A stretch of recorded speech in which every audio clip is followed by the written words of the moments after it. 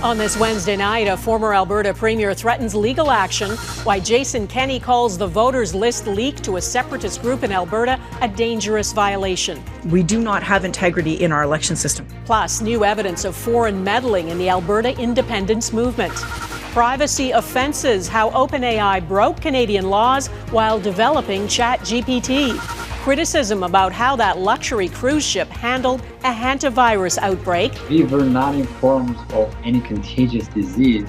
How one of the victims may have become infected. Plus, he was fearless, a visionary, and a pioneering philanthropist. We intend to cover all the news all the time. The towering influence of media tycoon Ted Turner.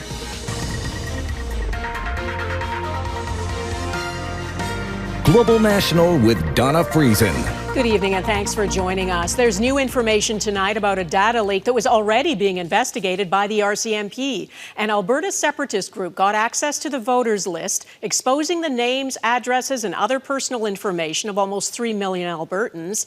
And now it's been revealed former Premier Jason Kenney believes his information was exposed during an online meeting of a separatist group, a meeting a staff member of Alberta Premier Danielle Smith's caucus also took part in. Kenney calls it a dangerous violation. Heather Yourex-West has our top story tonight. Former Alberta Premier Jason Kenney is lawyering up after his home address was shared. I understand my personal information, including my home address, was shared publicly on a screen at a recent Alberta separatist event, Kenney wrote Tuesday on social media. Over the past few years, I have received no shortage of threats, so it is disturbing that my personal information is now broadly available. Rachel Notley's information was also used as a training exercise. Her home address was put up on the screen. According to the Alberta NDP, the event in question, shown in screenshots here, was an April 16th online meeting hosted by the Centurion Project.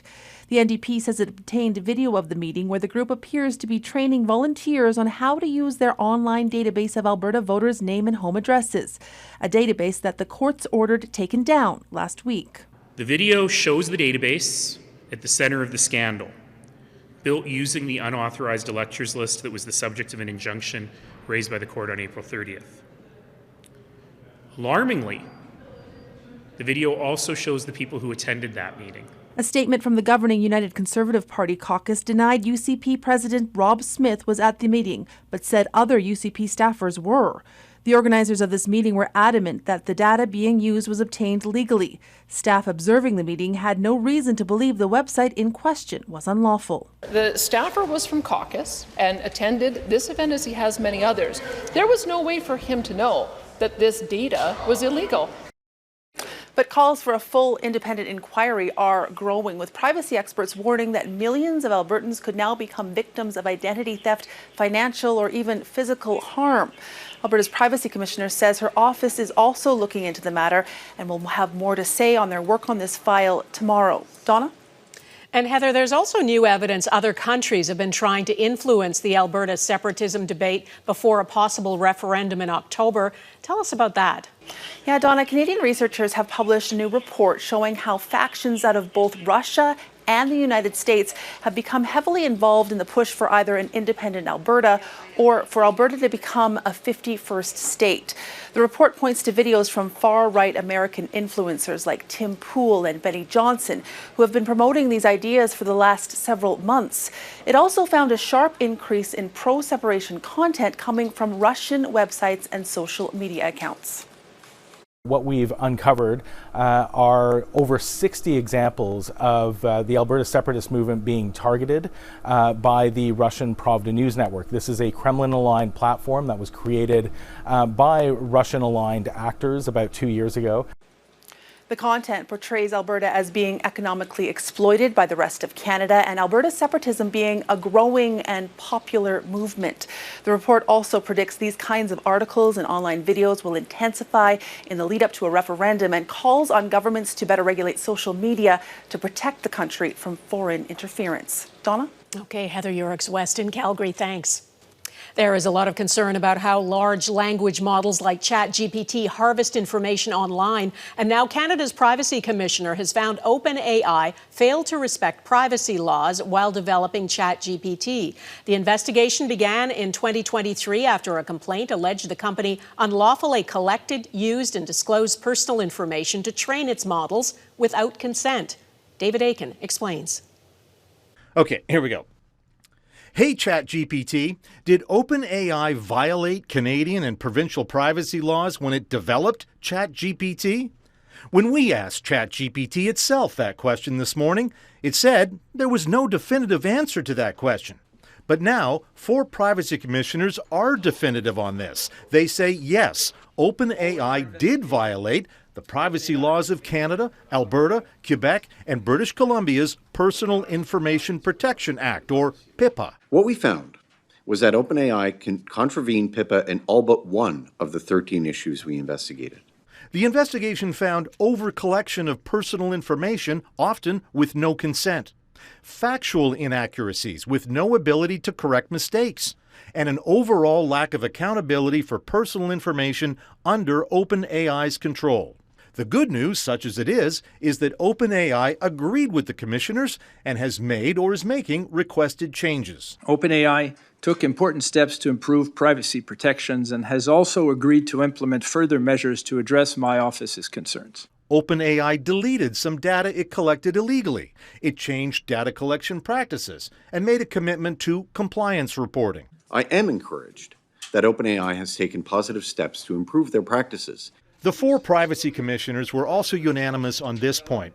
Privacy laws need an urgent overhaul in the era of artificial intelligence. Some may worry that we are trying to close the barn door after the horse has already bolted. However, there is always an opportunity to erect a fence or a corral around the barn. We need to make sure that AI works for us, not the other way around. Government officials say they are reviewing the report and are committed to protecting privacy. As for ChatGPT, within 30 minutes of the end of that press conference, the chatbot had a different answer to that question we first asked.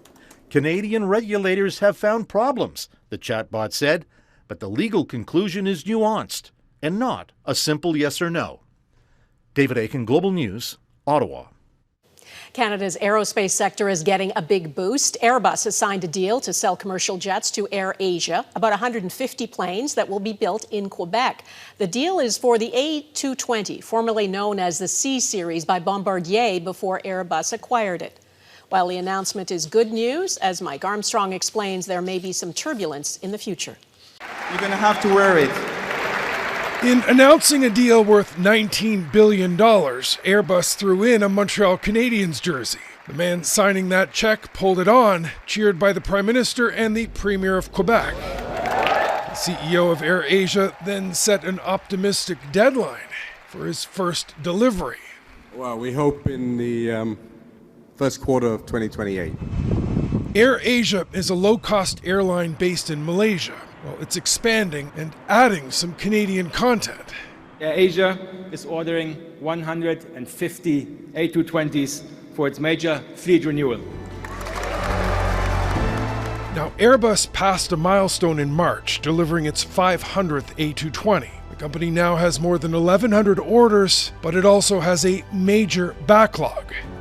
The aircraft is built between 2 facilities, this factory north of Montreal and another in Alabama. They're only able to turn out 7 aircraft a month right now. They need to hit 12 just to break even. The goal is 14 a month. The production line is sputtering. They're having a hard time getting that up to a profitable level. They're losing money on every airplane they produce. Now, the A220 was developed originally as the C Series by Bombardier with considerable help. Quebec injected about $2.1 billion to keep the aircraft in production. One of the things that forced Bombardier to sell its C Series was the competition. Airbus and Boeing were dominating the industry. The head of AirAsia says an Airbus official once told him the C Series was a terrible plane and then changed his tune when Airbus bought it. This is Jerome. That salesperson attended the deal's announcement. Mike Armstrong, Global News, Montreal. A Japanese news outlet is reporting Honda Motors is shelving its plan to build electric vehicles in Ontario. Honda paused the $15 billion project last year, saying it wanted to review where the EV market in North America is headed. If true, this would be a huge blow to the automotive industry in Canada. Jillian Piper is following this for us. Jillian, what are you hearing in Ottawa? Donna, there are still many questions, with the Prime Minister neither confirming or denying that Japanese media report. There's no announcement today, to be clear. News outlet Nikkei Asia has not provided any sources, but is reporting that Honda has decided to indefinitely suspend the $15 billion electric vehicle plant in Ontario, something Mark Carney would not directly address. We're in constant contact with all the major automakers, and that includes Honda. Honda also not confirming the move, only saying in a written statement that they have nothing to report at this time. The plant was slated to begin production in 2028 and was set to receive upwards of $5 billion in federal and provincial funding. But both governments have said those funds have not yet been spent, in part due to a 2-year pause on construction announced by the carmaker in 2025. Canada is not immune to what you see around the world. You've seen a number of these projects being delayed to deal with market situation. While the future of the plant is still in question, Donna, Japanese officials have made it clear that U.S. market access is critical for their automakers to maintain increased investment in Canada, saying they'll be watching the upcoming CUSMA renegotiations closely. All right, Jillian Piper in Ottawa, thank you. Several people on a cruise ship who were ill with Hantavirus have now been taken from that ship and are receiving treatment. The others on board, including 4 Canadians, are en route to a port in Spain. Officials have now confirmed the strain of Hantavirus is one that can be transmitted from human to human. And as Heidi Petracek reports, they think they know how it was brought on board the ship. 3 passengers were taken off the MV Hondius by medical personnel in full PPE. 2 already seriously ill with hantavirus, the other a close contact. All were taken to a waiting plane, ready to head to a hospital in the Netherlands, as health officials continue to track the deadly outbreak that's killed 3 people. We have 8 suspected cases, of which 3 have died. 3 have been confirmed. Lab testing has determined it is the Andes strain found in Argentina, the vessel's departure point. It can transmit from person to person. 2 Argentine officials told the Associated Press it's believed the first passengers who died could have contracted the rodent-borne illness during a bird-watching excursion that stopped at a landfill. Our working hypothesis is that they were infected potentially before they got on board. All of this needs to be fully investigated. Now more passengers are speaking out. This man recalls learning of the first passenger's death just 12 days into the trip, a moment captured by another. Issues we were struggling with, I'm told by the doctor, were not infectious. Since we were not informed of any contagious disease, everyone was relaxed. I think some tests should have been required. Regulations should be updated regarding this. Salvo que la condición médica lo impide. Despite local opposition, Spain's health ministry has agreed to receive the vessel in the Canary Islands, insisting there's little risk to the general public. With hantaviruses, it's a tricky and unique situation because the incubation period for the disease is very long, potentially several weeks. The vessel is expected to reach the Canary Islands Saturday. Spanish officials will fly their citizens to a hospital in Madrid to quarantine. It's up to authorities in other countries to decide if they want to do the same. Donna. Heidi Petracek in Halifax, thanks. An update now on a global news investigation we brought you earlier this week. The Office of Vancouver's mayor has responded to our reporting that found the Chinese consulate requested a meeting last month with Vancouver's theatre director. Sources told Global News that Chinese consular officials asked for the city's upcoming Shen Yun shows to be cancelled. The classical Chinese dance performances are critical of China's communist rule and have long faced threats and condemnation from Beijing. In a statement, the mayor's chief of staff confirmed the meeting did indeed happen, but said it was not a breach of protocol, nor was there any pressure to cancel the event. The mayor's office did not respond to questions about whether the consulate specifically asked for the event to be cancelled or why Shen Yun was discussed. The Vancouver performances went ahead as scheduled. Optimism and a threat from the U.S. president. Coming up, what he's saying about ending the war on Iran. Plus, playoff fever grips Montreal, the last Canadian team standing in the quest for the cup. And the orphaned baby hippo getting some much-needed TLC.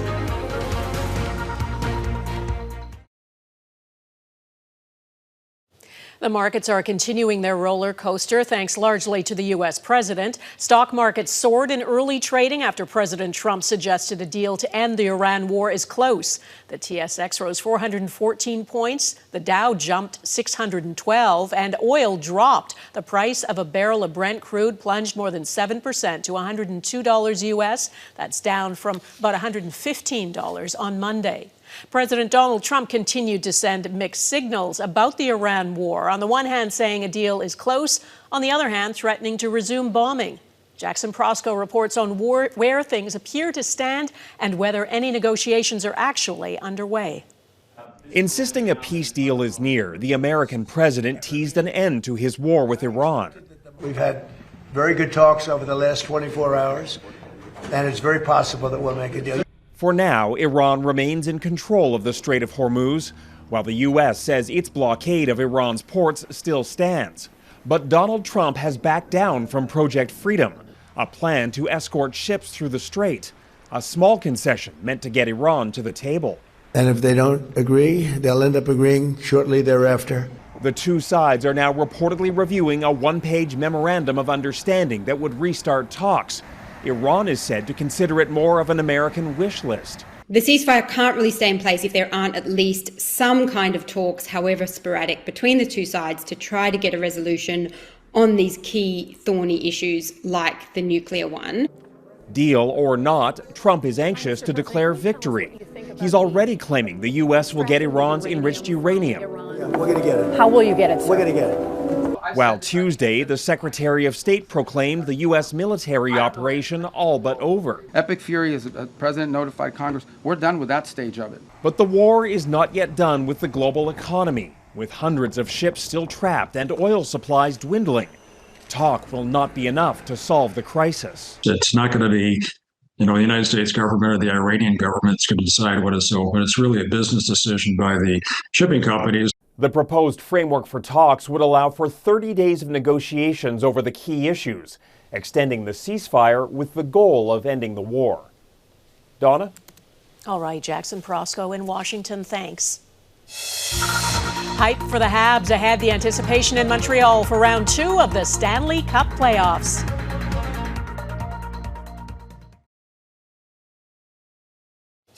Another game-winning goal for Captain Clutch. Marie-Philippe Poulin scored in triple overtime, leading the Montreal Victoire to a win over the Minnesota Frost in Game 2 of the PWHL semifinals. That best-of-5 playoff series is now tied 1-1. Game 3 is in Minnesota on Thursday. And then there's the second round of the NHL playoffs. Excitement is building in Montreal. The Habs are the only Canadian team left with a chance to end Canada's Stanley Cup drought. Puck drop for Game 1 against the Buffalo Sabres is tonight. The first 2 games will be played in Buffalo before the best-of-7 series shifts to Montreal this weekend. You make a little money and you think, well, I'm going to make more, and then you make more and then you think, well, I'll even make more. From sports to cable news, the remarkable legacy of Ted Turner. That's next.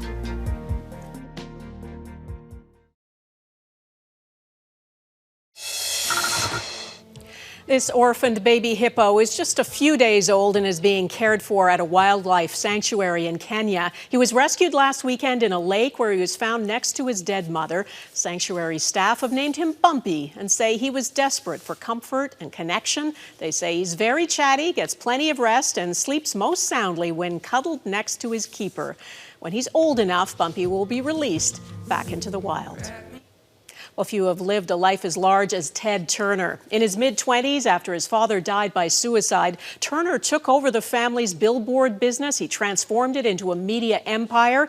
He went on to invent the 24-hour news cycle by founding CNN. He was never shy, once saying, "If only I had a little humility, I'd be perfect." Ted Turner died today at his home in Florida at the age of 87. Eric Sorensen looks back at his life and legacy. All this BS about journalism, Classic Ted Turner, saying the big networks were just out to make money. It's dollars, and dollars translate with ratings. I really enjoy challenges, and I mean, what else is there in life? Turner lived loud and dreamed big. He was the America's Cup champion in sailing. He owned the Atlanta Braves baseball team. He built a television empire, but it was broadcast news where he made history. This is the first day for the cable news network. He founded CNN, 24-hour live news coverage, changing forever how and when viewers would get their news. We intend to cover all the news all the time. Many thought the brash businessman would fail, but soon CNN was everywhere. We're already all over Canada, Mexico. We'll make deals with the European broadcasters. There's no question in my mind about that. When he married Jane Fonda, they were an immediate power couple. They divorced after 10 years, but remained close. When you love somebody and you really love them, you never stop loving them. An environmentalist, he helped save American bison from extinction and turned over 1 million acres of his land for wildlife restoration. He was a man for all seasons, the cover of Sports Illustrated, Time Magazine's Man of the Year, Newsweek's cover for donating $1 billion to the UN. Over that 2-year period, I gave away half of what I had, which is, a lot. In 2018, he revealed he'd been diagnosed with Lewy body dementia. People have Alzheimer's. It's similar to that, but not nearly as bad. It was just a major moment in the history of CNN. On Wednesday, Turner was remembered by his old network. Christian Amanpour posted he created an unstoppable media revolution. The UN Secretary General said his audacious spirit left a lasting imprint on the UN and our world. I'm a multifaceted person. Critics called him Captain Outrageous, but Ted Turner was successful at almost everything he did.